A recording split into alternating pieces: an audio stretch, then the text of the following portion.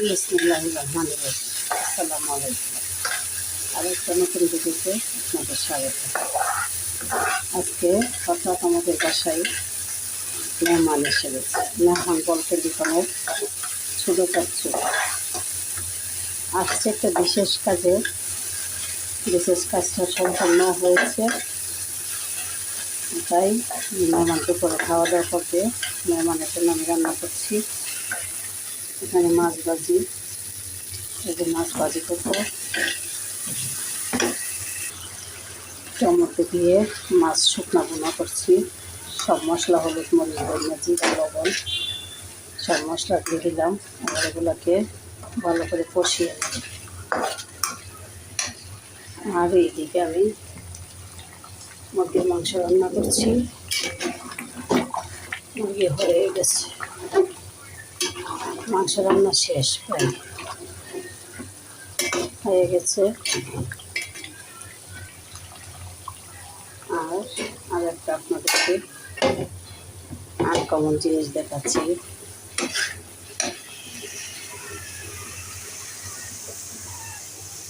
Uncommon জিনিস হলো কাঁকরোল। আমি কাঁকরোলকে সিদ্ধ করে তেল দিয়ে ভেজে নিয়েছি। এটা দিয়ে কী করবো বলুন তো? ভর্তা বানাবো, কাঁকরোলের ভর্তা। কাঁকরোলের ভর্তা বানানোর জন্য আমি মরিচ তেলে নিয়েছি, ধনেপাতা, পেঁয়াজ কুচি করে নিয়েছি। আমার মশলা বোনা হয়ে গেছে, আমি এবার মাছগুলো দিয়ে দিচ্ছি।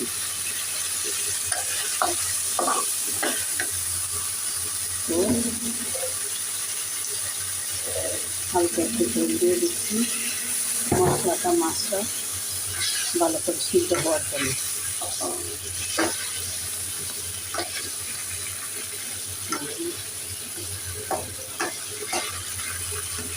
সিদ্ধ হওয়ার জন্য এবার কাঁচামরিচ ধনেপাতা দিয়ে দেবো। আর এইদিকে মুরগির মাংস হয়ে গেছে, এবার আমি চুলাটাকে বন্ধ করে দিচ্ছি। আর এইদিকে লাউ রান্না করেছি মাছ দিয়ে আর সাদা ভাত। এখানে আমি ধনেপাতা কুচি দিলাম আর বেঁচে রাখা মরিচ দিয়ে দিলাম। মাছ বোনা হয়ে গেছে।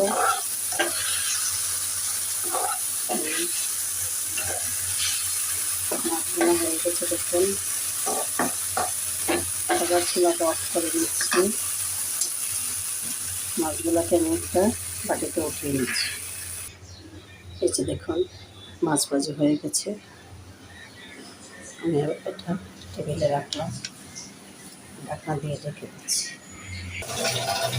কাঁকরোল ভর্তার জন্য ধনেপাতা, পেঁয়াজ কুচি, মরিচ ভেজে নিয়েছি।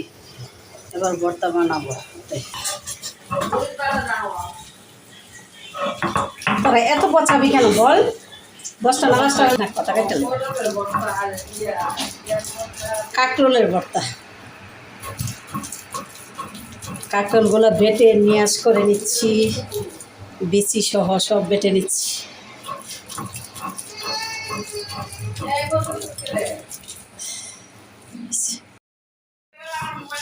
লবণ, পেঁয়াজ বেটে নিচ্ছি।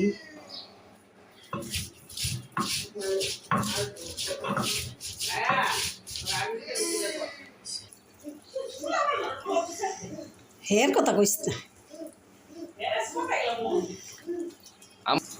এই যে কাঁকরোলের ভর্তা হয়ে গেছে।